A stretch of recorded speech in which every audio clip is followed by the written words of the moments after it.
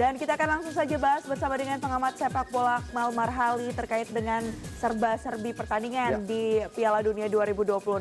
Kita tahu Bung Akmal, yang pertama ini pertandingan malam tadi kita disajikan bagaimana Spanyol mendominasi pertandingan atas Belgia. Apakah kemudian ini kita lihat ya bagaimana 2-1 gol tercipta dengan 17. shot on target 8 untuk Spanyol, sementara Belgia hanya bisa menciptakan 2 shot on target yang bisa berbuah menjadi gol. Satu saja, bagaimana pandangan Anda Bung Akmal? Ya, kalau kita lihat kan penguasaan bola saja 61% berbanding 29%. Ya. Artinya bagaimana Spanyol mendominasi jalannya pertandingan. Memang dari 48 peserta Gempita Bola 2026 ini, Spanyol adalah salah satu tim yang menunjukkan sejatinya permainan sepak bola. Masih ada seni bermainnya, tiki-takanya kelihatan dibanding tim-tim lain yang lebih banyak bermain secara pragmatis. Artinya hadirnya Spanyol dengan tiki-taka ini, kemudian ada Prancis juga yang bermain sangat agresif kali ini, menggambarkan bahwa Gempita Bola 2026 ini akan mempertontonkan sajian yang semakin menarik nanti di babak semifinal maupun final. Karena kalau di babak 8 besar ini kan yang menarik adalah 4 tim ada yang pernah juara. Ada Prancis, ada Spanyol, ada Inggris, ada Argentina. Ada 4 tim yang belum pernah juara. Ada Maroko, kemudian Belgia, Norwegia, dan Swiss. Jadi sebenarnya komposisi berimbang. Tapi benua Amerika sudah tinggal hanya menyisakan 1 tim. Dikeroyok oleh Eropa. Dan ini adalah sebuah sajian yang luar biasa, main di benua Amerika, tapi yang mendominasi adalah tim-tim dari Eropa. Ada Prancis dan Spanyol yang sudah memastikan diri semifinal. Sayangnya ini adalah salah satu final kepagian menurut saya ketika mereka bertemu di semifinal. Karena harus bertemu ya Spanyol dan juga Prancis di sana. Tapi kalau kita lihat pertandingan tadi malam ya, Bung Akmal, ada momen ketika kiper dari Belgia, Thibaut Courtois itu harus diganti dan akhirnya membuat Belgia kebobolan 1 poin lagi dari Spanyol. Apakah itu menjadi salah satu titik kelemahan juga ketika ada pergantian kiper di sana? Ya, bagaimanapun Thibaut Courtois adalah salah satu kiper terbaik ya. Ketika dia cedera maka separuh dari nyawa Belgia bisa dibilang hilang. Apalagi Kevin De Bruyne yang juga pemain senior juga ditarik keluar karena kondisi stamina yang sudah terkuras di pertandingan yang memang sangat ketat. Jadi menurut saya satu hal yang menarik dari Belgia adalah Belgia satu-satunya tim yang sukses membobol gawang Spanyol di Gempita Bola saat ini lewat Michael Desclerc yang kemudian memutus rekor Unai Simon jadi 650 menit tidak kebobolan sepanjang Gempita Bola. Walaupun Unai Simon sudah mematahkan rekornya Walter Zenga yang cuma 617 menit, ini adalah sukses buat Belgia. Tapi lagi-lagi ada catatan yang paling menarik lagi adalah bahwa pencetak gol Mikel Merino ini juga menjadi pemain yang tercatat dalam sejarah 2 kali masuk sebagai pemain cadangan, 2 kali mencetak gol penentu. Sebelumnya Merino mencetak gol penentu ketika berhadapan dengan Portugal, kemudian sekarang berhadapan dengan Belgia. Ini rekor yang sangat luar biasa. Di event-event sebelumnya juga misalnya di Piala Eropa, Merino juga mencetak gol penentu ketika Spanyol berhadapan dengan Jerman yang pada akhirnya Spanyol menjadi juara. Jadi Spanyol ini ada gambaran kode-kode akan bisa berpotensi menjadi juara Gempita Bola 2026. Kita tunggu, wait and see. Tapi tadi yang menarik adalah yang Bu Akmal juga bilang bagaimana kemudian pertahanan dari Spanyol ini begitu kuat, begitu kokoh. Barulah di pertandingan melawan Belgia ini gawang kebobolan begitu. Apakah artinya juga ini selain tadi dari faktor goalkeepernya, apakah pertahanan dari Spanyol ini juga artinya mulai bisa terbaca oleh lawan yang ada dan harus siap-siap nih karena kedepannya akan menghadapi Prancis. Betul, kalau kita lihat kan Spanyol ini tim dengan pertahanan terbaik. Kubarsi dengan Aimé Laporte adalah duet senior junior. Kubarsi adalah pemain yang masih sangat muda sekali, usia di bawah 20 tahun, tapi sudah penampilannya sangat tenang sekali, mengingatkan kita kepada Gerard Pique yang tampil juga sangat luar biasa bersama tim nasional Spanyol.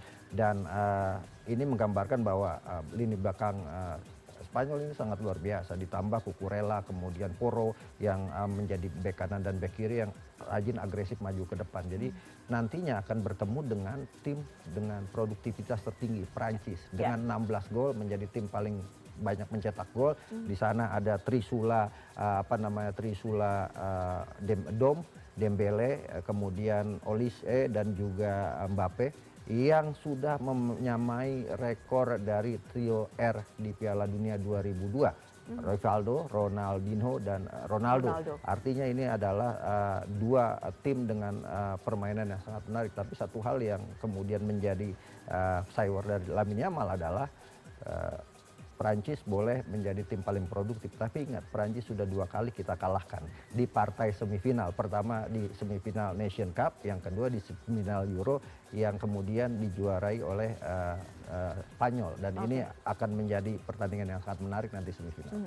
Artinya ketika nanti menghadapi Prancis, apakah kemudian Spanyol ini akan bermain terbuka, Bung Akmal? Ya, Spanyol tetap dengan gayanya dia. Mereka bermain dengan ball position dari bawah, kemudian penguasaan bola sebanyak mungkin menguasai bola. Inilah gaya tiki taka yang menurut saya sejatinya sepak bola, karena Prancis hilang Jogo Bonitonya, kemudian Jerman hilang gaya pansernya, termasuk juga beberapa tim Argentina juga kehilangan gaya tangguhnya gitu. Tapi Spanyol datang ke Gempita Bola 2026 dengan tetap membawa ciri khas mereka, bermain tiki taka, menguasai bola selama mungkin, dan juga bermain tanpa striker ya, false nine, walaupun Oyarzabal di situ ada di depan, tapi kadang-kadang bergantian dengan Lamine Yamal atau Buena atau juga kadang-kadang Ferran Torres. Artinya kalau dari komposisi lini depan justru pilihan lebih banyak Spanyol ya dibanding dengan Prancis yang sangat-sangat mengandalkan Kylian Mbappe yang saat ini menjadi top scorer bersama Messi dengan 8 gol. Oke, itu tadi bagaimana kemudian kita tunggu juga nanti head to head antara Lamine Yamal melawan Mbappe ketika Spanyol berhadapan dengan Prancis. Tapi kita juga mau lihat nih pertandingan berikutnya yang nanti malam kita akan saksikan bersama ya. Siap-siap begadang lagi. Norway melawan Inggris. Ini jadi sangat menarik. Bagaimana kemudian skuad-skuad bintang dari Norwegia ini juga para bermain di liga-liga Inggris menghadapi teman-temannya berhadapan. Ini apa yang kita harus expect dari pertandingan nanti malam, Bung Akmal? Yang pasti Norwegia adalah tim yang sangat mengejutkan ya. Prestasi terbaik mereka itu 1934, 1998 mereka hanya lolos sampai babak 16 besar. Artinya ketika mereka sekarang lolos sampai babak 8 besar, ini sudah prestasi yang melampaui senior-seniornya.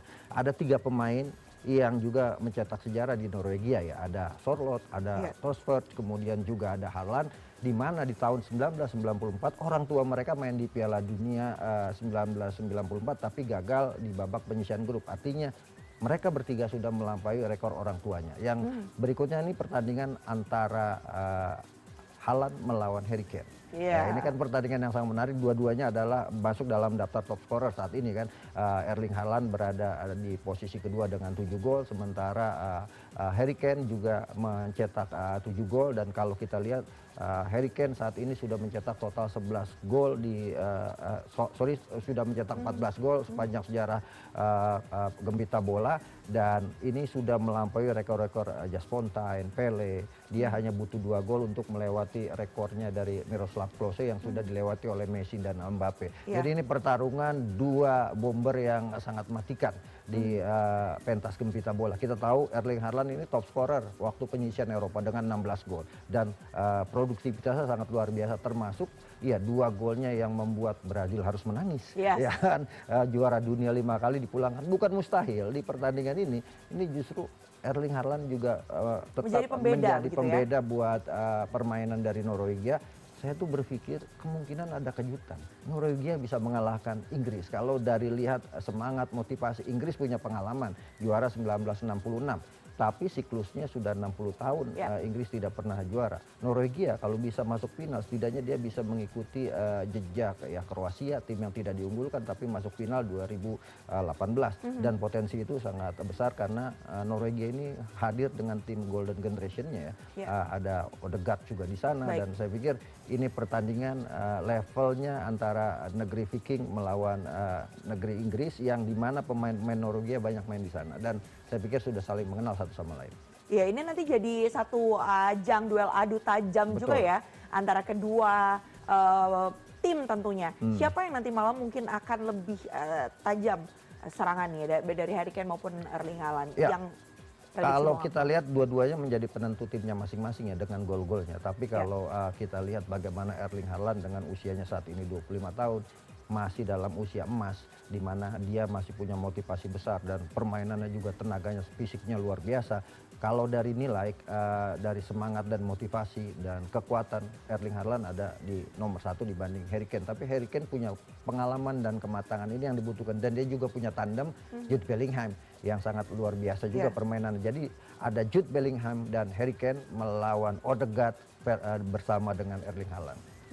Kita akan tunggu nanti seperti apa. Tapi kalau bicara soal pengalaman, apakah memang pengalaman dari Inggris ini bisa menjadi poin penentu juga untuk menghasilkan kemenangan atas Norwegia? Ya, Inggris atau apa yang harus diantisipasi ini, Bung? Pasca juara 1966, Inggris hanya 2 kali lolos sampai semifinal ya. 1990 di eranya Gary Lineker dan juga 2018 ketika Inggris lolos semifinal, tapi kemudian gagal ke partai final. Artinya Inggris punya sejarah yang sedikit berat di gembita bola kali ini ya. Bahkan lagu Football Coming Home, bukan mustahil itu akan terjadi buat Inggris. Tapi bukan coming home bawa trofi Piala Dunia, tapi pulang lebih cepat berhadapan dengan Norwegia. Kita lihat ya, apakah nanti malam ini juga jadi penentu. Betul. Apakah football is coming home atau justru sabar dulu karena mungkin nanti atau ya Inggris coming home, pulang squadnya yang pulang ya, bukan pialanya ya. Kita lihat nanti seperti apa. Setelah pertandingan atau nanti kita akan menyaksikan pertandingan Norwegia melawan Inggris. Selain itu juga akan ada Argentina melawan Swiss. Ini banyak yang kemudian menyatakan bahwa Argentina kali ini diunggulkan, tapi pandangan Bung Akmal seperti apa? Apakah mungkin Swiss bisa menciptakan kejutan-kejutan di babak ini perempat final? Faktanya bahwa Swiss salah satu tim yang sangat konsisten tampil ya sejauh ini sampai babak 8 besar. Tapi Argentina punya Lionel Messi yang sangat luar biasa di gembita bola di usia 39 tahun dengan sejumlah rekor yang sudah dia catatkan. Baik itu rekor pencetak gol sepanjang sejarah gembita bola dengan 31 gol, rekor 21 gol, kemudian rekor penampilan terbanyak dengan 31 penampilan, rekor assist, tapi dia juga punya rekor terburuk di mana menjadi satu-satunya pemain yang 2 kali gagal penalti dalam 2 kesempatan. Dan ini akan berhadapan dengan Swiss yang punya materi pemain yang cukup merata ya. Tapi kalau bicara kematangan, pengalaman dengan dalam tanda kutip orang banyak menyebut bahwa Argentina anak papanya FIFA, bukan mustahil Argentina akan bisa memenangkan pertandingan walaupun Swiss sangat tampil luar biasa ya. Kolombia salah satu negara dari benua Amerika bahkan Amerika Latin mereka kalahkan lewat adu penalti. Artinya bukan mustahil nanti juga akan merepotkan Argentina karena Argentina di 2 pertandingan baik itu 32 besar maupun di babak 16 besar bagaimana melawan Cape Verde kemudian juga bagaimana melawan Mesir mereka juga mengalami kesulitan. Kelemahan Argentina ada di lini belakang dan kalau ini bisa dimanfaatkan oleh Swiss, ini akan menjadi alarm bahaya tentunya buat Argentina. Tapi kalau bicara kematangan pengalaman, Argentina masih lebih diunggulkan. Bicara soal Argentina, mumpung kita lagi ngomongin Argentina nih ya, peluang Argentina untuk kemudian menjadi back-to-back champion seperti apa Bung Akmal? Kalau saya konsisten menyebut awal-awal bahwa calon final adalah Perancis Argentina, gitu kan. Walaupun kemudian Gianni Infantino menyebut Spanyol melawan Argentina. Seharusnya Gianni Infantino sebagai presiden FIFA tidak boleh menyebut itu, dia harus berada di posisi netral. Tapi bukan mustahil ada kejutan misalnya Inggris bertemu Prancis, Inggris bertemu Spanyol di partai final atau bahkan Norwegia. Ini akan menarik. Tapi kalau Argentina peluang menjadi juaranya kalau kita cocok logi nih, Jeffrey, 1994 di Piala Dunia dimainkan gembita bola dimainkan di Amerika Serikat, juaranya adalah Brazil dan Brazil meraih trofi untuk keempat kalinya 1994. Sekarang 2026 Argentina salah satu wakil dari benua Amerika adalah Argentina dan Argentina bisa mengikuti jejak Prancis juara untuk keempat kalinya. Cocok logi 4 kali antara 1994 sama 2026. Artinya peluang itu ada buat buat Argentina dan kalau itu bisa terjadi, maka nama Lionel Messi sudah berada jauh di atas Diego Maradona, sang seniornya yang hanya membawa Argentina juara 1986 dan 1990-nya hanya mengantarkan Argentina tampil sebagai runner up. Kita lihat nanti seperti apa tentunya, tapi kalau bicara soal yang akan ada di depan mata saya pertandingan-pertandingan tadi kita tampilkan, semifinal ideal menurut Bung Akmal Marhali seperti siapa saja? Ya, kalau semifinal sudah kelihatan karena Spanyol berhadapan dengan Prancis di bacat sebelah kiri dan saya melihat Spanyol lebih punya peluang ya. Saya punya cocok logi juga Maestri bahwa Gempita Bola 2026 ini hampir sama perjalanannya dengan Spanyol ketika juara 2010. Dibuka dengan partai Afrika Selatan Meksiko, sementara di sini juga seperti itu. Kemudian penyanyinya adalah Shakira. Kemudian Spanyol datang sebagai juara Piala Eropa 2008 ketika itu, sekarang datang sebagai juara Piala Eropa juga. Kemudian di fase yang bersamaan juga mengalami Jose Mourinho dipilih sebagai pelatih Real Madrid. Sekarang Jose Mourinho juga dipilih sebagai Real Madrid. Memulai pertandingan dengan tidak kemenangan. Waktu bahkan di Spanyol di Afrika Selatan ketika itu kebetulan saya liputan, mereka kalah 1-0 dulu lawan Swiss. Tapi habis itu mereka sapu bersih sampai pertandingan akhir. Bahkan di babak 16 besar, 8 besar, semifinal sampai final hanya menang dengan skor 1-0. Perjalanannya hampir sama. Bukan mustahil Spanyol bisa menjadi juara. Walaupun Prancis juga punya peluang menjadi juara menurut saya, Mas Budi, karena sejarahnya setelah Argentina juara selalu ada tim yang juara untuk ketiga kalinya. 1982 Italia juara untuk ketiga kalinya setelah Argentina juara 1978. Kemudian Jerman 1990 juara setelah ketiga kalinya setelah Argentina juara 1986. Artinya Prancis bisa juara untuk ketiga kalinya setelah Argentina kemarin juara 2022. Ya cocok logi aja, barangkali aja yang ada yang kemudian menjadi kenyataan. Sesuai atau tidak gitu atau ya. Berarti Prancis, Spanyol, dari sebelah sini Norway atau Inggris? Saya melihat tadi saya katakan Norwegia akan bikin kejutan berhadapan dengan Inggris dan akan bertemu di semifinal melawan Argentina. Kita lihat. Betul, dan bukan mustahil misalnya berlawan Argentina, Haaland bertemu Messi, Haaland bisa juga bikin kejutan, bukan mustahil Norwegia bisa lolos sampai ke babak final dan kita akan bisa mengikuti jejak Kroasia. Kita lihat nanti seperti apa tentunya jalannya pertandingan. Kita sekarang siap-siap dulu, bersiap-siap begadang gitu ya Bang Akmal ya.